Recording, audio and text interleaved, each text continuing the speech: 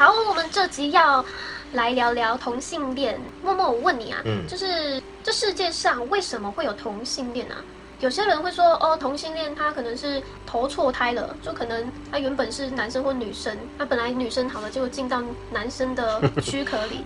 对啊，灵魂有分男女吗？灵魂其实没有分男女。哦，这样。那有另一种说法，又说什么什么同性恋是什么罪啊，或是阴谋啊什么的，到底是怎么一回事啊？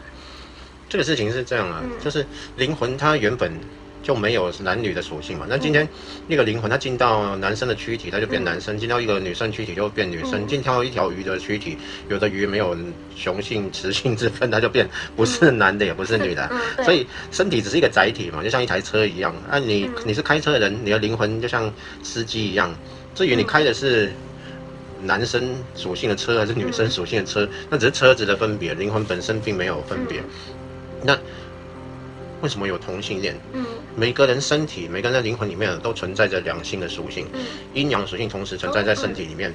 男生要表现出理性刚强，然后其实男生也有温柔，然后有创意艺术的特质，本来就男女共存的阴阳本来就存在于每个人的体内。女生也可以很凶啊，也可以很刚强。我肌肉，肌肉。对啊，就我可以很 man，对啊，其实我也可以，我也可以很女生，很女人，女生应该我演了哦。你试试看 man 的跟不 man 的。man 的跟不 man 的，怎样？哦，真 man 的，好像很 low， 很 low 吗？很 man， 都是赘肉，你比什么？赘肉也可以比啊，但是总是要比个样子出来。那不 man 的呢？不 man， 比较柔性的。什么柔性？哪有？没有这种事啦。其实观众很多也是这样子的，又不是只有我。我觉得你在镜头前没有发挥到100%。我觉得不够放得开。好，继续。这个男生女生这种问题，灵魂来之前呢，我发现是这样，因为这个事情有的说有阴谋论，有的说众说纷纭，但是我相信这。凡是有族群就会被操作，这是不变的事实嘛。那像以美国来说，同性恋的人口占所有人口的2%左右，哇，这是一个很庞大的数字。有这么大的一群人，不好好利用他们来做某种诉求，是太可惜了。所以一定会被操作作为某种政治或者什么的操作，一定会这样子，很自然。而且这些人他很急于去伸张他们自己的权益嘛，那就会被某些人是说我很支持同性恋但是我是某种政治诉求你也来支持我，那些人说好啊，互相配合，那就会变成利用为其他的目的啦。那所以不要管他说是不是有阴谋或政治操作或什么，这只要是一群庞大的族群，一定会有一些这些问题存在的。对，一定会有一些。所以我们不探讨他罪恶或者说那个政治啊等等那些阴谋操作，我们比较不讨论这些，这世界本来就会这样运作的，本来就不管是什么事情都会有一些对啊利益什么的，没错。那我们只是很单纯讨论说，据我所知啊，我看到的同性恋，他们的灵魂大部分都散发一种光彩，而且都很美丽、很美好。对啊，就他们频率都很高。那为什么会有这种现象？我仔细去感觉它是一种灵魂来到这边之前，他就已经决定好他要扮演这样的一个角色，就是他因为这个世界是这样，男生女生这个划分的非常清楚，很清晰，而且很多事情不是在一种很平等、很自然的状态下，它是一种规范。在我们信念里会被规范的很死，男生就只能怎样怎样，女生就只能怎样怎样，它不是一种对等的关系。在这种世界里面，有些灵魂他就采取了一种方式说，那我就是来这边告诉大家，其实这个框架是不存在的，我要让大家感觉到框架其实是可以不存在、可以瓦解的，所以我采取了一种不同的性别的方式，以同性恋的方式来进入这个世界，然后并且告诉大家，你看我是可以在这种框架里面去打破的，打破它。没错，我可以存在在男性的身体里面，但是我喜欢的却是男性。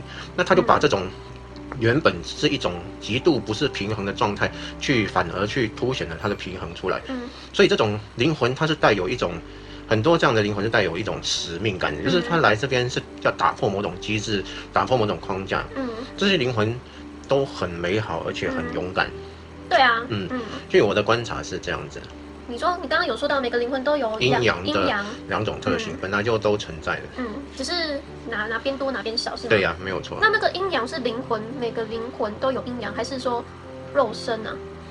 每个灵魂都有阴阳的特性，然后进入肉身的时候，就在 DNA 上面就会写，然后偏向哪一个性别这样。所以都是灵魂投生之前已经自己决定吗？还是有一些是自己决定？有些自己决定，有些是业力使然，对啊。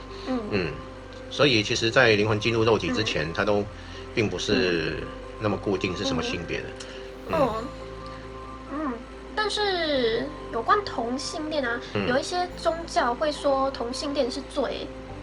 这个说到，因为圣经里面有些记载嘛，然后就是说同性是一种罪恶啊什么的。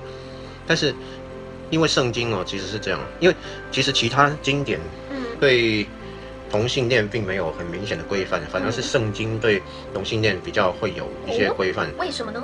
为什么？因为圣经这个说到圣经其实被修改过的地方非常多，与原本的圣经其实是大有落差，很多东西是被编出来的，后来才编上去的，所以其实跟原来的圣经已经有很多的分别。那这种情况下，圣经所说的是不是准确，其实是有问号的。就是有一些人会说，神讨厌同性恋，觉得神认为同性恋是罪，神说怎样怎样怎样。那我就会想，那他真的是神吗？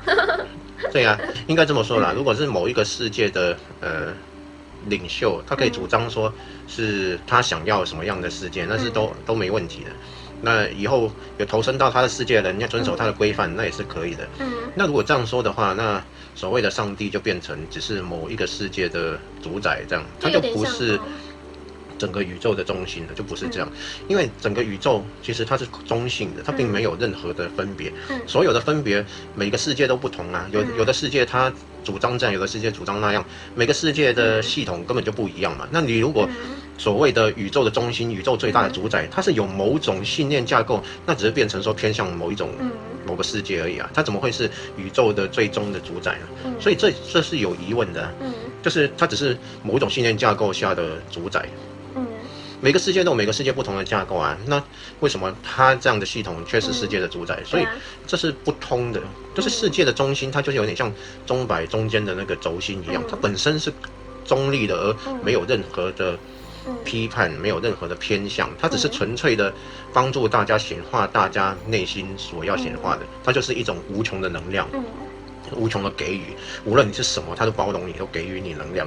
这个就是爱嘛，这是无条件的大爱。所以所谓宇宙最中心的主宰，它只是无限的包容，无限的给予，就是这样子。它不会偏向一边啊，不会因为你是同性恋，我就不给你，你是有罪的。然后你是双性恋你是很乖的，我给予你能量，不可能有这样的状态了。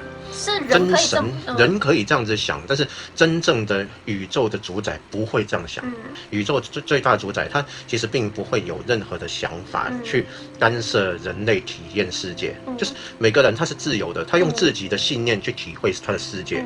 今天我用同性恋的信念来体会这个世界，然后我进入了这个世界，然后体会到别人对我的歧视，然后我再从中伸张我的自由等等，然后并且能够以很有爱心的方式、有爱的方式来找到我的伴侣。因为毕竟是人海茫茫里面，这毕竟是少数，我很难说在随随便便认识一个人，他就跟我是同样的这种性向，这些都不是那么容易达成，所以他的困难度会更高。对啊，他必须更有爱心等等。对啊，这整个过程都是在一种他以他的信念方式，然后如何在这个世界展现爱。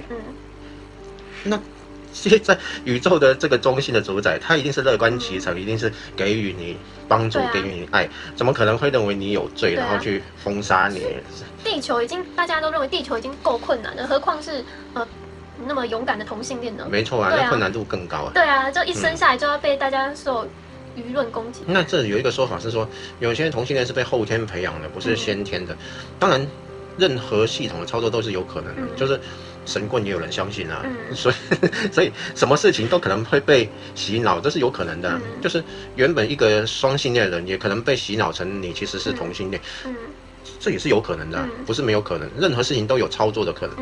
我们只是很单纯去说，就是原本先天就已经是有这种性向的人来到这个世界上，他是有某种灵魂的这种勇敢的决定才这么做的。